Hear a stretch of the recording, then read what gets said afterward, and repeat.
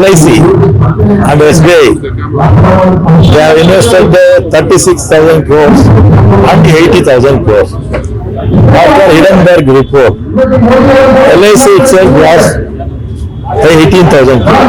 Whose money is this? This is public money, LIC and SBI. Even in 9 years, they have worked off 10 lakh crores of rich people. Whose money? Public money.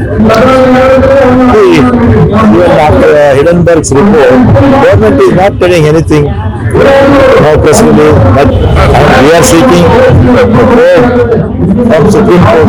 What in case if we do not initiate any program? See, we have to wait for AICC directions. They directed us to do here. This is throughout India, not only in Bangalore. Throughout India, we are protesting, Congress people.